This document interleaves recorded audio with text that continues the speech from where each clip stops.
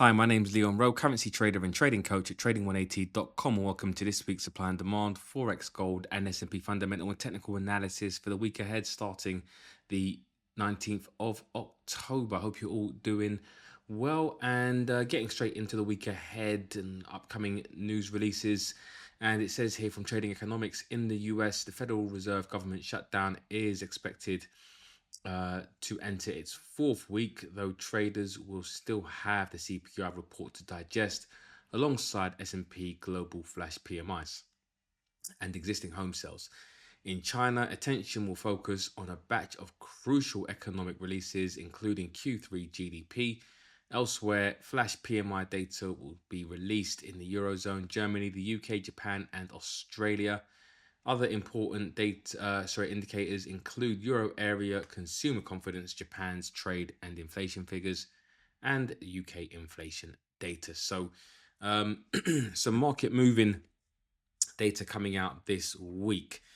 Getting into the risk sentiment and understanding risk is really important because it determines whether money, where money is flowing into and out of, right? And that affects not only currencies but from bonds to gold to the stock market. And so it's important to look at lots of other markets, and the main risk markets are the VIX in the top left hand corner.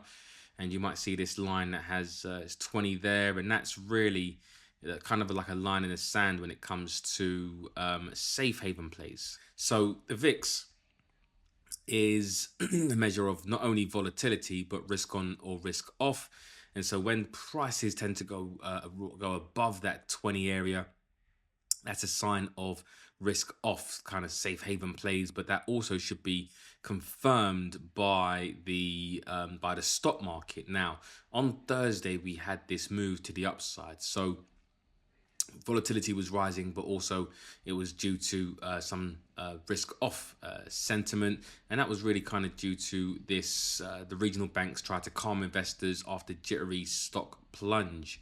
And it says here that the regional bank executives sought to calm investors after revelations of new loan charge-offs linked to fraud sparked a sell-off on Thursday. So that's why you saw on the Thursday, this massive move here, and you saw a massive plunge in the stock market.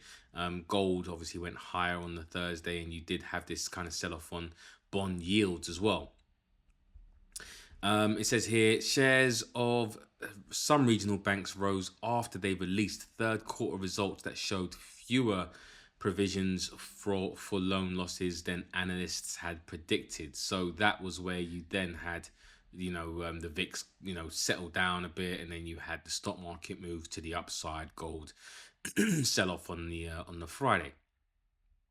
New quarterly results helped ease concerns about loan losses, with banks such as Fifth Third Bank Corp and I think that's how you pronounce it, Truist or something like that, Financial Corp, reporting provisions for credit losses that were lower than expected. So bit of less risk off, I guess, coming into the market, less fears. So we had that, but overall I think the market is still in this I guess half risk on, half risk off. It's a bit of a scale. I wouldn't say it's either risk on or risk off. It's to varying degrees, but you can pretty much see we're probably a bit more risk off than risk on. We still have, of course, Trump and China negotiating, and that has kind of been a bit hot and cold, where at the beginning of the week Trump came out and was talking about not dealing with China. I think it was Friday last week, and then on Monday, after last weekend, he came out and said pretty much, we can start talking. So the market has been very very hot and cold, in the sense that they're just adjusting to what is going on in terms of risk sentiment and where they're trying to push money. So it's, again, like I said, important to understand this, because in currency land we can then get a read on really where we should be kind of looking to place our trades in the direction of certain currencies. So when it comes to the US dollar, fundamentally, We've got, it says here, the summary analysis is that data blackout hits the Fed at a crucial juncture. Key US economic agencies, the BLS BEA Consensus Bureau, have halted operations due to the government shutdown, delaying critical data like CPI, jobs, and retail sales. The October CPI was postponed to October the 24th, just before the Fed's October 28th, 29th meeting. September CPI will be released in time, but October data collection has already been impaired, threatening the quality of November's report. Job data from household and establishment surveys and retail sales are delayed indefinitely, though some of their components may still be collected. Private data substitutes gaining importance.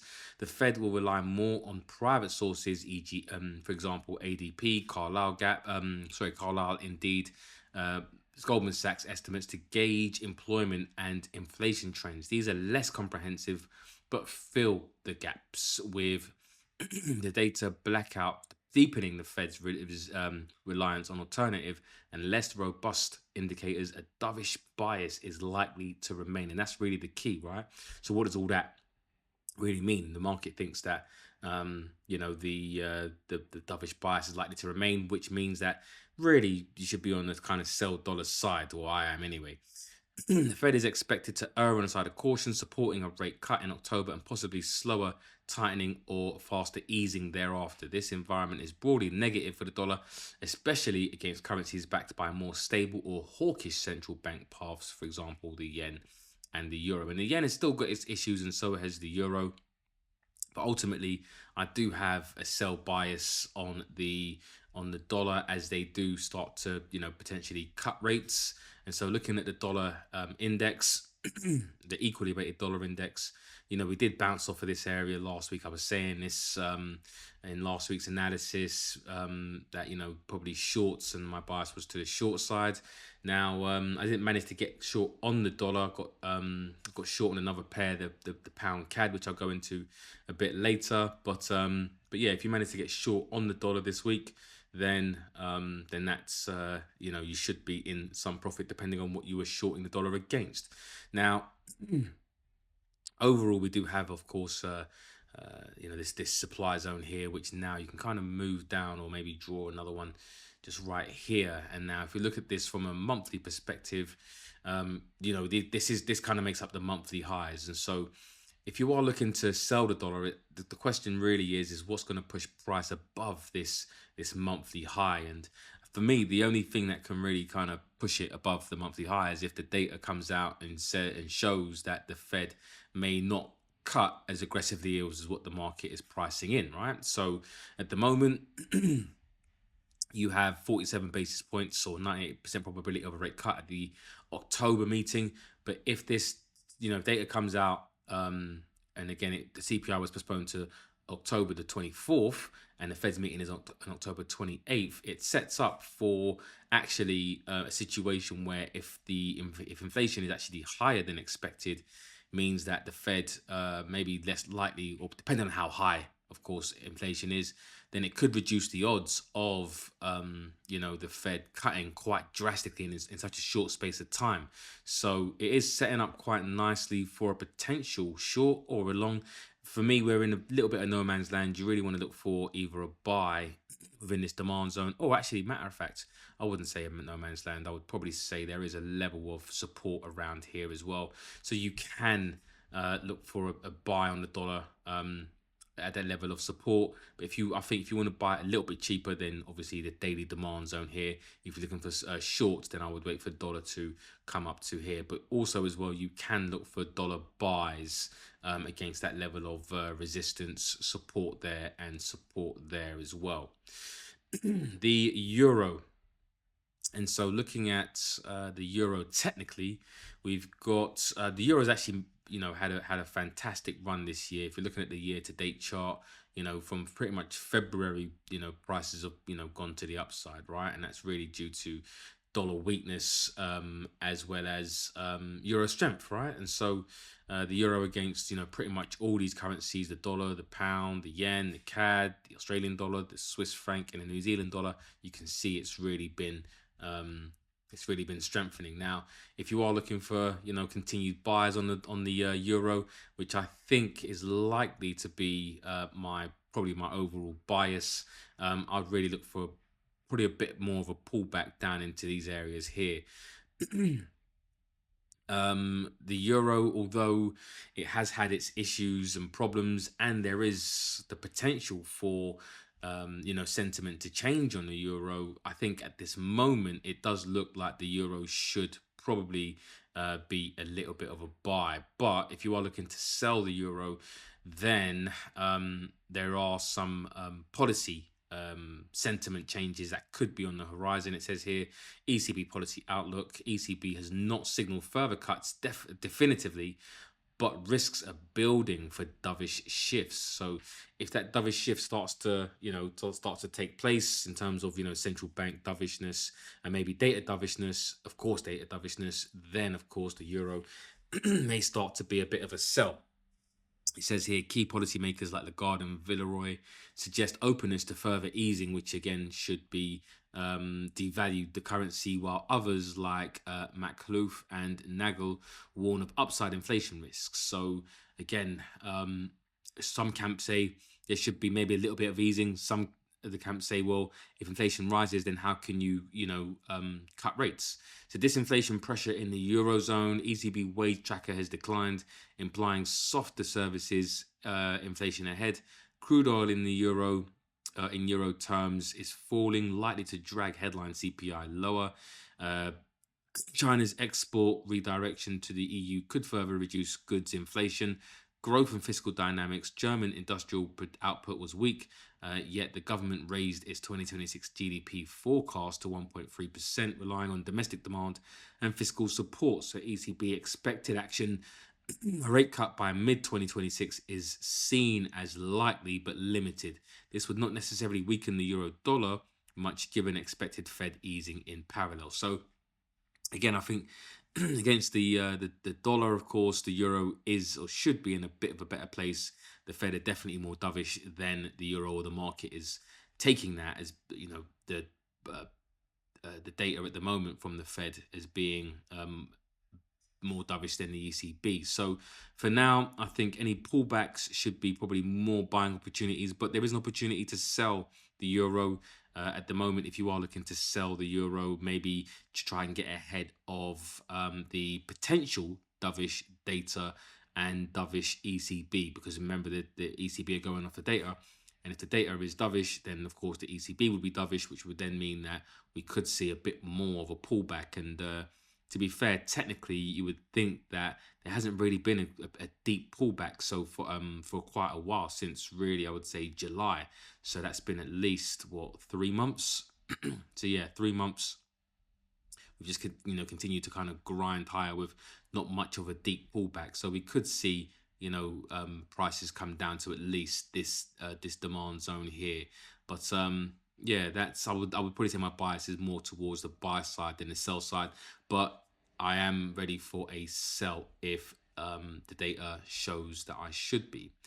The Japanese yen. Now, the Japanese yen has had a reversal of fortunes. And so, when we look at the Japanese yen, the yen's recovered post LDP election surprise. The yen has rebounded 1.5% from recent lows after initial selling sparked by Sane Takeyachi's surprise LDP leadership win. And she was actually very dovish, or seen as very dovish, but things have changed. So, well, not necessarily with her, but the fact that there's a potential coalition government.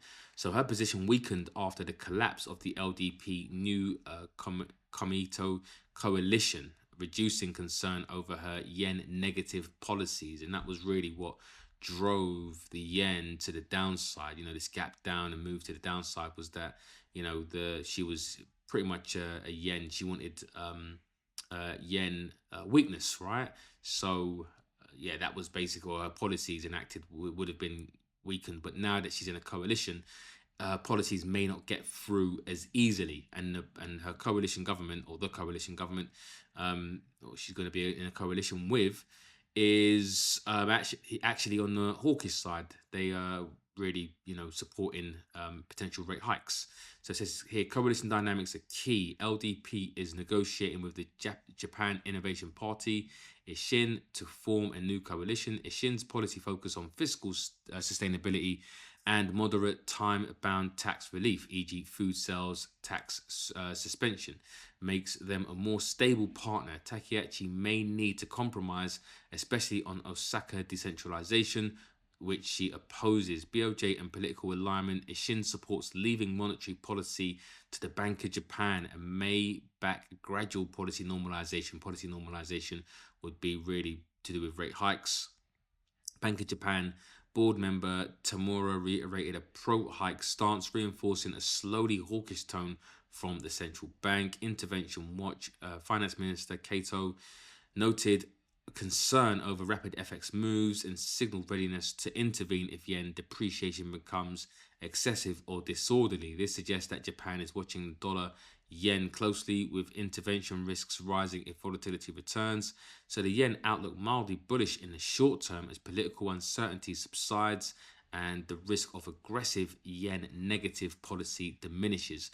Verbal intervention signals and potential Bank of Japan tightening bias add to support. So the yen at the moment does seem like a little bit of a buy in the short term. There's still the hurdle of the government coalition and how that gets sorted, because that's still uncertainty in the market, and so any uncertainty is likely to be a bit of a negative. But the narrative is around now a coalition government, which actually is a bit more positive for the yen. So I think you can look for sells on the yen right now if you're looking to sell against this level of resistance, potentially support turned to resistance right here, or you can wait for a pullback into a demand zone and then look for a buy here. But I do think that the low around here is less likely to break unless, of course,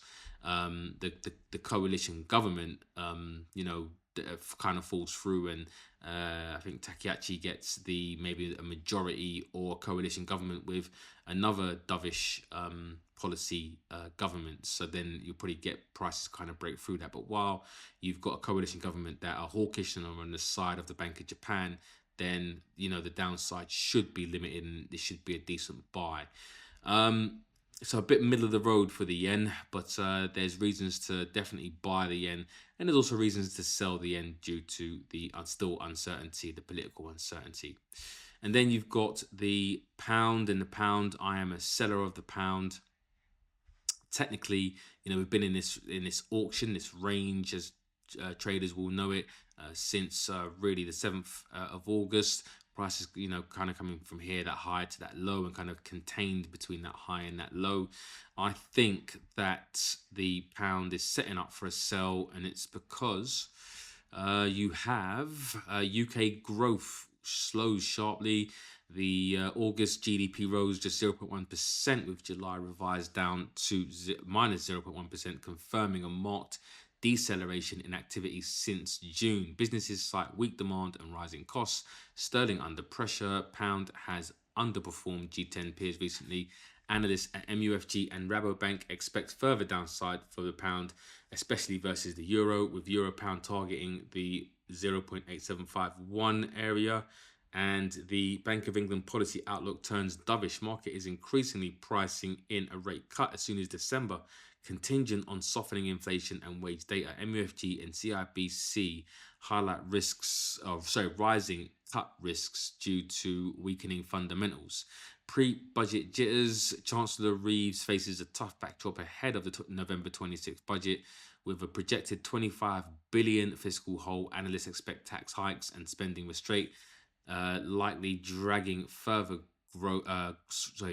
growth further in 2026. Public spending boost is fading. Past strength came from increased government hiring and spending, but this is set to fade. Austerity-like measures post-budget could weigh further on output and private sector employment. Bearish for the pound, particularly versus the euro. Weak growth, fiscal constraints, and a more dovish Bank of England shift relative to peers present downside risks into and beyond the November budget.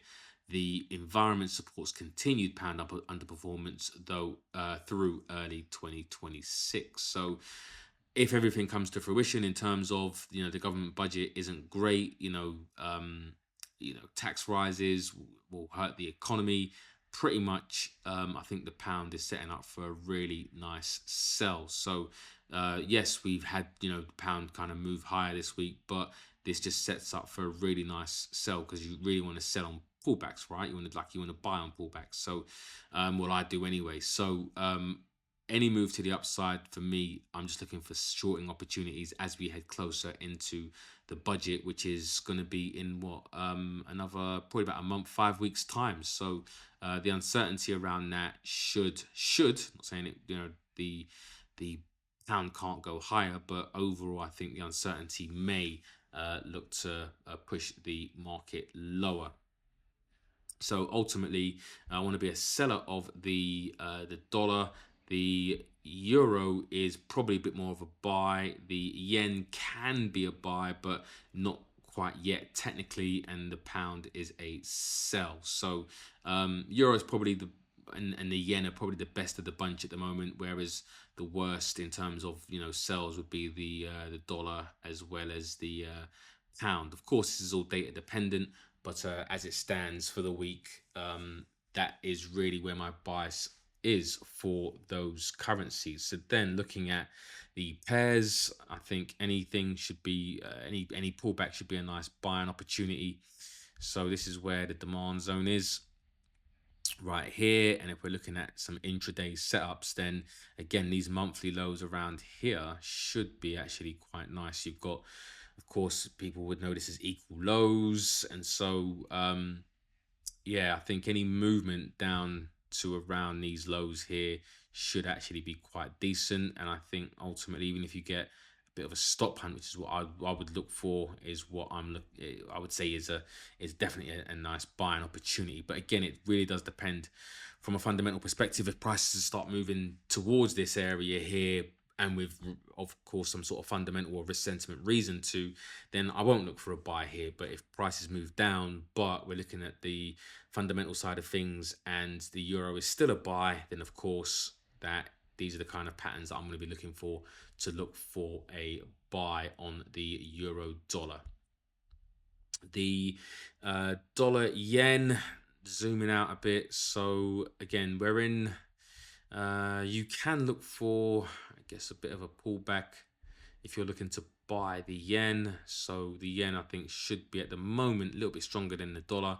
So again, just waiting for prices to kind of move maybe up to these highs before going to the downside. There is a level of support and resistance here, a bit of support there, but again, it depends on the direction you're looking to trade. Yeah, I would personally probably wait for the yen to, or any kind of market pullback, and then for the yen to be a buy around here, around these highs.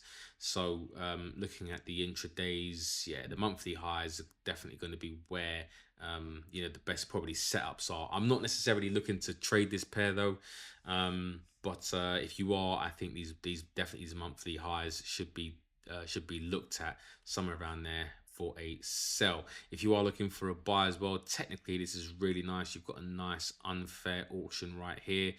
Those typically get filled at some point. I'm not saying it's going to be this week or next week, but yeah, once that gets filled, there could be a nice buy around here technically. But again, that would really depend on whether the fundamental shift to the dollar being a buy and the yen being a sell. Pound, dollar, again, not really a pair I'm interested in, because really both currencies are sells in my book. But technically, you can look for either a sell around now, so you can look for something around now, maybe just slightly higher, or you can look for a pullback into a demand zone before looking at going long. Intraday wise, again, you've got probably a nice level here, nice level that's been touched once, twice. You've got a couple of levels here as well, maybe there and there, to look for some potential stop hunts or sells. But ultimately, yeah, I wouldn't. You can look for that as well. That level there is quite accurate, and that kind of monthly high. And if you're looking for for any kind of sells, then yeah, of course, these lows, that level there, is where you'd be looking for. Sorry, buy trades and buying the pound over the US dollar. So that's really where you are with the pound dollar. Not really a pair, like I said, I'm interested in.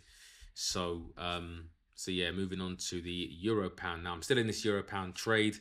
I'll talk about that a bit later. If you are looking for a buy trade, and in line with, I think, some of the banks I was analyzing earlier, who was saying that the euro should be a bit more of a buy against the pound. Where was it now?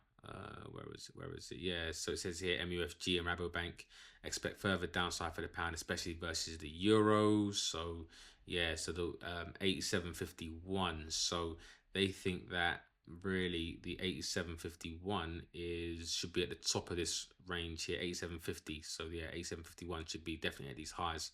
So any pullbacks should be buying opportunities.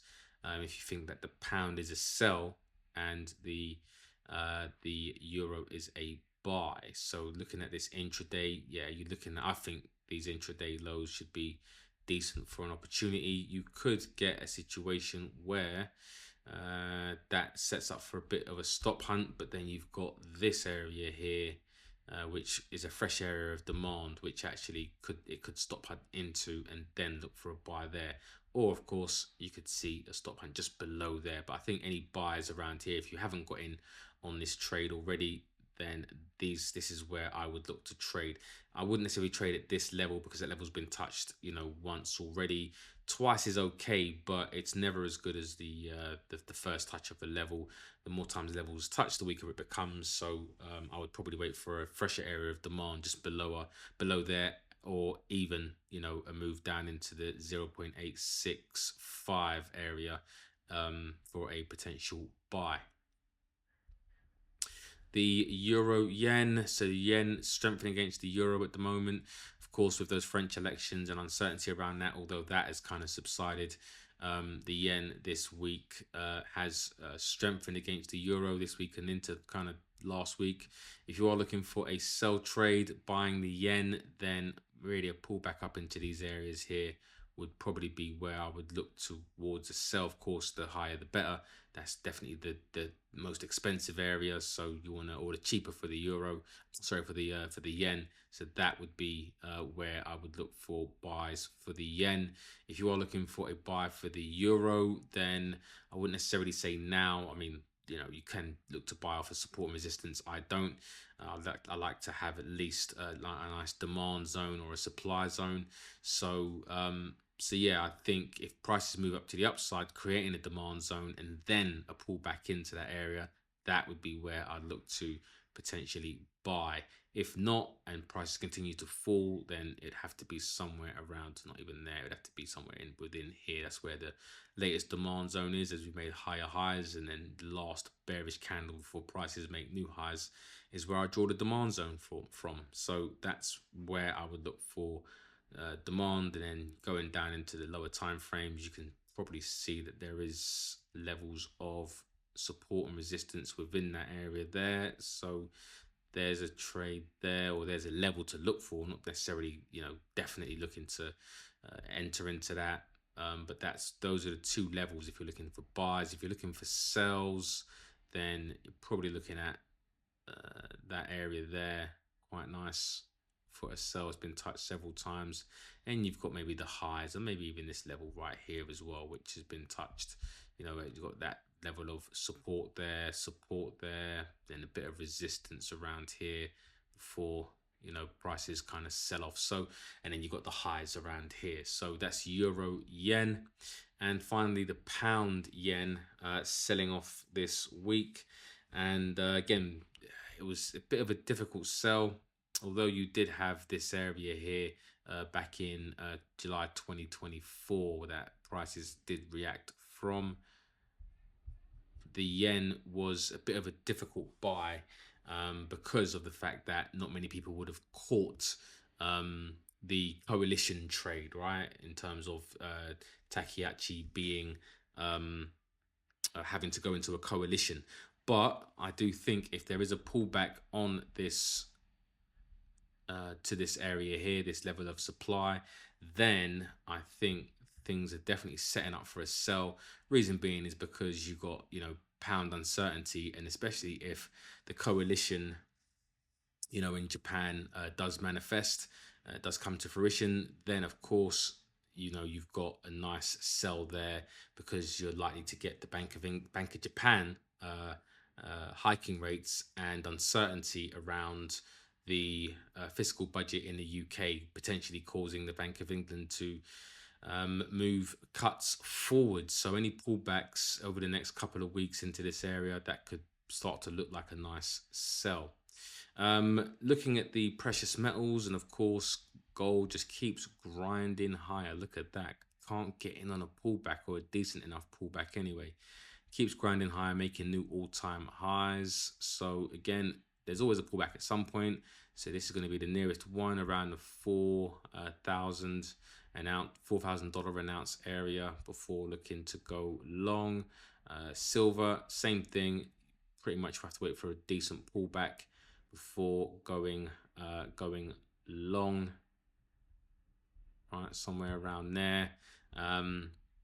Yeah, that's pretty much it really. And then the S&P, a bit mixed. I was saying last week that prices came up to the supply zone. You could look for a sell, which actually was quite nice around here. It did come up into that supply zone, pinged off it. Looking at the monthly chart, yeah, you can see it there. So that was actually a very nice CPR type trade. Of course, this auction ended up getting filled, so that was quite nice if you did get short on that one. And then, of course, this gap here, when it gapped up on the Monday open, ended up getting filled as well, right? So unfair auctions get completed at some point.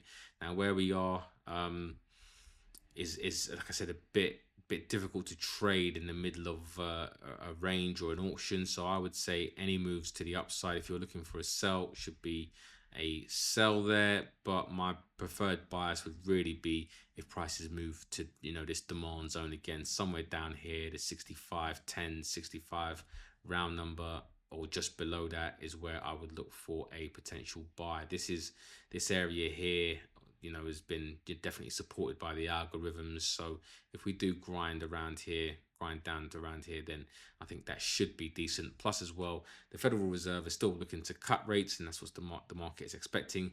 And when central banks are cutting rates, that should support the stock market. So, of course, there are risk events that cause the stock market to sell off, but I think the overall direction, and if any of you have been watching, following my channel for a while, I've been saying pretty much buy the S&P for months now, and that's really come you can see what's pretty much happened with that that call. So S&P still continues to be a buy in my book, of course, until maybe some sort of risk event maybe might change that in the short term, but overall medium to long term should look for buy bias. So trade update on the euro pound. So I had entered here week before last. Just a recap. Actually, I didn't enter. Where did I enter? It was here. Right, so it was there. That was where I entered there, and I ended up getting. Well, my stop loss was 15 pips below this low. Managed to get a 1-to-1 on that trade. Took off 80%. So I've got basically 20% rest left of the trade, and prices have pretty much been going in this range. But hopefully, price should start moving to the upside if the pound starts to weaken. So and if you're not in this trade, I'll move my stop up to here now, so I could get stopped out, but it doesn't matter anyway because it's a profitable trade. And if I do get stopped out on the trade, whether I do or don't, I'm going to be adding around these lows anyway to the upside, or looking to, if I can, if there's a setup there. So that's where I am with the euro pound and the new trade, which was the pound CAD. This was a what I consider to be a daily stop hunt. I'm hoping it does it has all the hallmarks of a stop hunt, and I'm just hoping that it continues to move to the downside. Why am I short the pound? Well, you guys know why, but why am I long the CAD? And the CAD actually have their fiscal budget, I think on November the 4th, is actually seen as potentially being supportive for the Canadian dollar. And so the guys in the private members group know this. And if you do want to be a join as well, the enrollment does start on the 3rd of November. I'll be open for about 5 days, and I think that'll probably be it for the rest of the year. So if you are looking to enroll, then 3rd of November will likely be your last chance to enroll this year before, and then maybe the new year into January, I may open up again. So the guys in the Discord group knew about this trade setup and what I was thinking about it, and so really, yeah, this is where I think you've got two diverging potential fiscal policies, not necessarily monetary policy, where you've got potential tax hikes coming from the UK and policies that may hurt business, whereas in Canada the fiscal actually, I've done it the wrong way around, right? So, if anything, the pound should be pointing to the downside. So that's negative for the economy, and the fiscal budget for in Canada should actually be positive for the Canadian dollar. So yes, oil is also grinding lower, but ultimately I do think the Canadian dollar should hopefully benefit from their fiscal policies, and the pound may start to weaken. So this is where I am. I've entered one position. I'm waiting for prices to maybe move up to maybe fill me into 2 positions, 3 positions here. And so let's see what happens with that in the coming weeks. So yeah, that's where I am with my trades. Looking at some other trades as well, but I won't go into it in this video. So you might see obviously the trades, or you will see any trades that I enter on a weekly, on a Sunday video. So hope you enjoyed the analysis, found it useful. Take care, and I'll see you all next week. All the best.